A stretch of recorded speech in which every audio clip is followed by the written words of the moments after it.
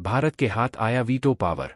United nation में भारत की धमाकेदार एंट्री से हिल गई पूरी की पूरी दुनिया। जी हां दोस्तों, जानेंगे पूरा अपडेट, इसलिए वीडियो को शुरू से लेकर अंत तक जरूर देखें ताकि आपको पूर्ण जानकारी मिल सके। दोस्तों, भारत ने एक बार फिर से हमें भारतीय होने पर गर्व महसूस कराया है।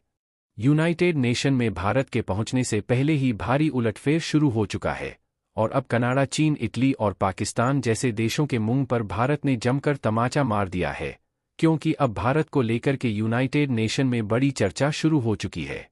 इतना ही नहीं, यूनाइटेड नेशन महासभा के अध्यक्ष खुद जो फ्लेम यंग हैं, उन्होंने भारत के समर्थन में उतरते हुए कहा है कि भारत को अगर यूनाइटेड नेशन में शामिल नहीं किया जाता है तो अगले 4 से 5 साल के अंदर अंदर यूनाइटेड नेशन का महत्व पूरी तरह से दुनिया से खत्म हो जाएगा। इतना ही नहीं, यूनाइटेड नेशन के महासभा के महासचिव ने भी भारत के समर्थन में कहा है कि अगर भारत को यूनाइटेड नेशन में शामिल नहीं किया जाता है, और जबकि भारत दुनिया का सबसे बड़ा डेमोक्रेटिक देश है, ऐसी स्थिति में भारत चाहे तो आज के आज यूनाइटेड नेशन से बड़ा एक मिशन खड़ा कर सकता है।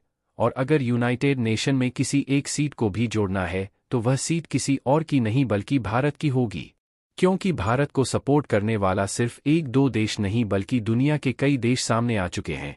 खुद अमेरिका और यहाँ तक कि रूस भी भारत के समर्थन में चाहते हैं कि भारत को यूनाइटेड नेशन का स्थायी मेंबर बनाया जाए। और इतना ही नहीं, जब पीएम मोदी ने यूनाइटेड नेशन में शुरू होने वाली नई बैठक जो कि 22 सितंबर से शुरू हो रही है, इसमें स्पीच देने से मना कर दिया। इसके साथ ही दुनिया के तमाम देशों में हड़कंप मच गया कि आखिर भारत ने इसमें स्पीच देने से क्यों मना किया।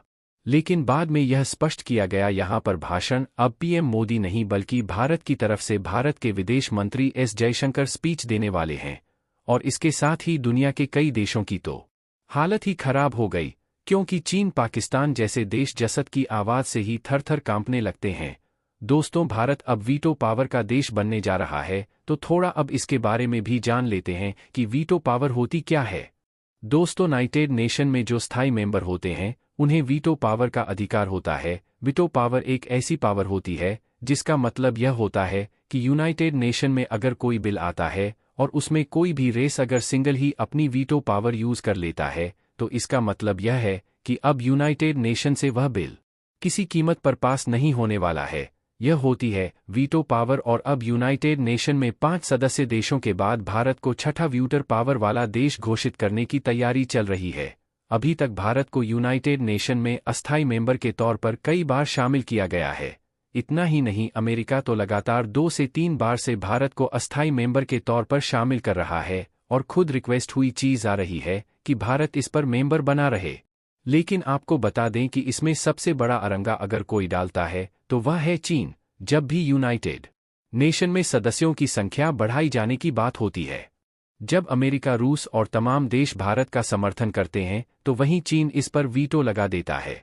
और चीन यह भी कहता है कि अगर भारत को यूनाइटेड नेशन में स्थायी मेंबर बनाना है तो इसके साथ ही पाकिस्तान को भी मेंबर बनाना चाहिए, जिस पर दुनिया के सभी देश अपनी सहमति खींच लेते और इसी के बाद यह स्थिति खराब हो जाती। लेकिन अब इस मामले को लेकर के हाल यह बन चुका है कि चीन पर लगातार सभी यूनाइटेड नेशन के मेंबर देश दबाव बना रहे हैं।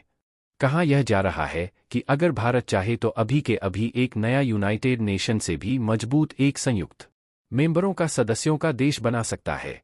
लेकिन भारत ने अब तक ऐसा नहीं किया है, तो इसका मतलब यह नहीं है कि भारत आगे आने वाले समय में ऐसा नहीं करेगा। भारत जब चाहे तब ऐसी संस्था को तैयार कर सकता है।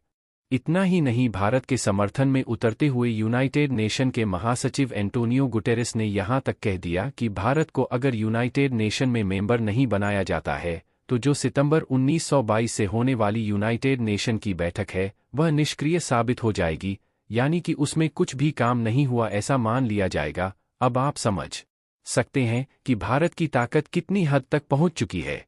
क्या भारत अब भी इस मामले को लेकर के आगे बढ़ने जा रहा है?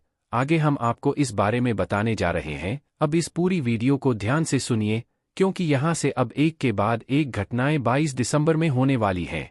साथ ही अब तक क्या क्या हुआ है उस सब की जानकारी मिलने जा रही है। संयुक्त राष्ट्र सुरक्षा परिषद में भारत की स्थायी सदस्यता के लिए कई देश समर्थन कर चुके हैं। ऐसे में एक बार फिर अमेरिका ने भारत का समर्थन किया है। संयुक्त राष्ट्र में अमेरिकी राजदूत लिंडा थॉमस ग्रीनफील्ड ने कहा है कि भारत, जापान और जर्मनी को संयुक्त राष्ट्र सुरक्षा परिषद में स्थायी सदस्यता मिलनी चाहिए। अमेरिका इसका लंबे समय से समर्थन कर रहा है। उन्होंने गुरुवार को इस संबंध में संयुक्त राष्ट्र सुरक्षा परिषद में सुधार संबंधी 3 प्रस्ताव पेश किए। संयुक्त राष्ट्र सुरक्षा परिषद की वेबसाइट में लिंडा थॉमस ग्रीनफील्ड के इस प्रस्ताव का लिखित प्रारूप अपलोड किया गया है। दरअसल संयुक्त राष्ट्र महासभा का 2 दिवसीय शिखर सम्मेलन यहां 22 सितंबर को शुरू होगा। इसका आदर्श वाक्य बेहतर कल के लिए बहुपक्षीय समाधान है। इस पर 24 से 30 सितंबर तक आम बहस होगी। परंपरागत रूप से बहस में पहला वक्ता ब्राजील 24 सितंबर को उच्च स्तरीय सत्र की शुरुआत करेगा। दूसरा वक्ता अमेरिका होगा। मौजूदा राष्ट्रपति बाइडेन संयुक्त राष्ट्र के मंच से सदस्य देशों के नेताओं को अपने कार्यकाल का आखिरी संबोधन देंगे।